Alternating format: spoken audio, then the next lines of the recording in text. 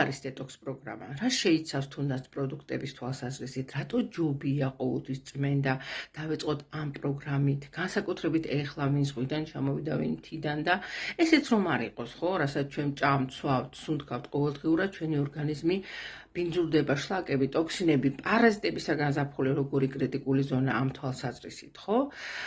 და ამ პროგრამის გავლი თითოეულ თქვენთაგანს და მე ყოველთვის ვამბობ ხოლმე, ეს არის უნივერსალური პროგრამა 12-ვე სისტემის წმენდისთვის. ყოველ შემთხვევაში ამით უნდა იწყებოდეს და მე ანტიპარაზიტული ნაწლავების ხაობის დონეზე წმენდა.